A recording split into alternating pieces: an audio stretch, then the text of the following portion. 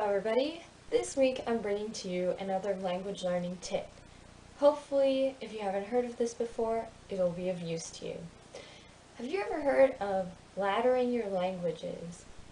Essentially what that is to use a different base language when you learn a new language. Now that explanation might not be very helpful. So for instance, in my case, I have studied 3 languages other than my own to a conversational level. What that would mean is I would use English to learn Spanish, so when looking for resources in English about Spanish. I would take a class with an English-speaking teacher, or a Spanish-speaking teacher. I mean, I did that too, to be immersed in the environment. But then, once I got to my desired level in Spanish, where I felt confident enough to understand many things in Spanish, I had moved on to French, while still studying Spanish, but started studying a new language, which in my case was French. If I decided to ladder my languages, what that would mean is to use Spanish as a base language for learning French. So I would look for French resources in the Spanish language. I would look for if I needed clarification on some kind of grammar in French online. I would type it in Spanish, so like subjuntivo instead of subjunctive. And then the same thing would go for Portuguese. I would use French. I would use French to learn Portuguese, and so on. So I'd keep using the language I had learned before to learn the next language. I think it could be very beneficial because if you're looking to not mix up a language, it would be great.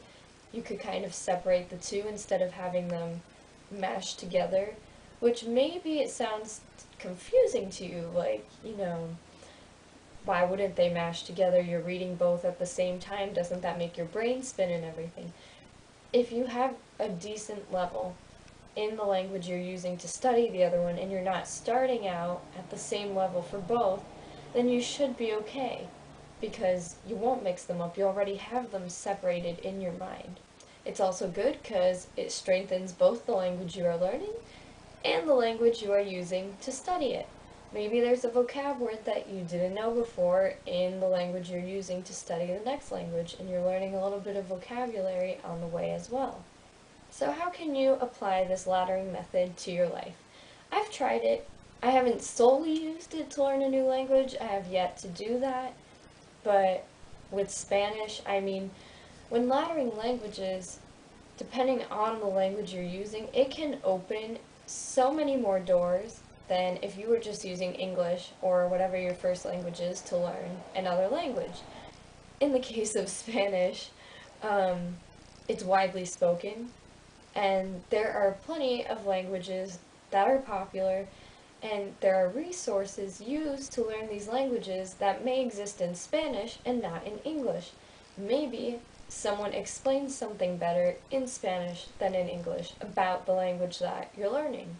So I'm just using that as an example because Spanish is my second language and also my strongest foreign language. I've tried looking for websites in Spanish about French, so grammar explanations and such. Another great way to ladder your languages, if the option is there, is to use Duolingo.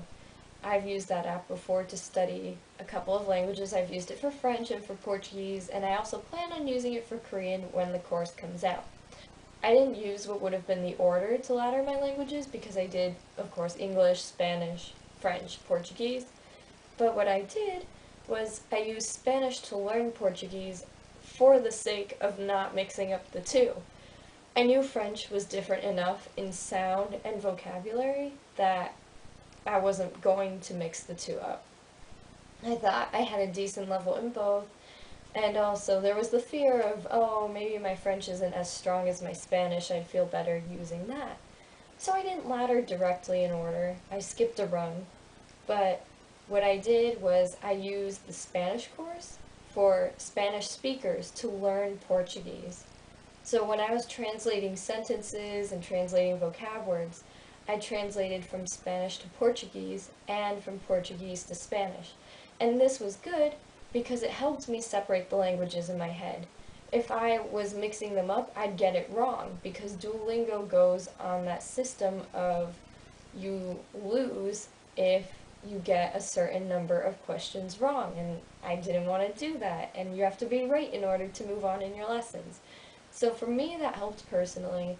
It also helped because I was using both languages at the same time, and I was hearing the different sounds and the different spellings and getting them down, and I had been learning Spanish for about maybe 6 years at the time when I started learning Portuguese, so I had that set in my mind and didn't mix up the languages. And to this day, I don't mix up the languages. If anything, I use Spanish in Portuguese, but not the other way around. Portuguese has not affected my Spanish. And that's all. If you've ever tried it before and only tried that without using English notes, let me know if that has worked for you. Also, just let me know if laddering has worked for you in general, because I know for me it has, and I'm sure it has for other people as well, because I've heard of this technique actually online from other language learners, and I wanted to pass this on to you guys if you haven't heard of it before. And if you haven't done it yet, try it. You may be surprised. I'll see you next week. Bye! Thank you for watching this video. I hope you enjoyed it, and if you did, remember to press the like button so I can know to make more content like this. Also, remember to leave a comment telling me if you like these kind of videos, or if you want me to make other kinds of videos.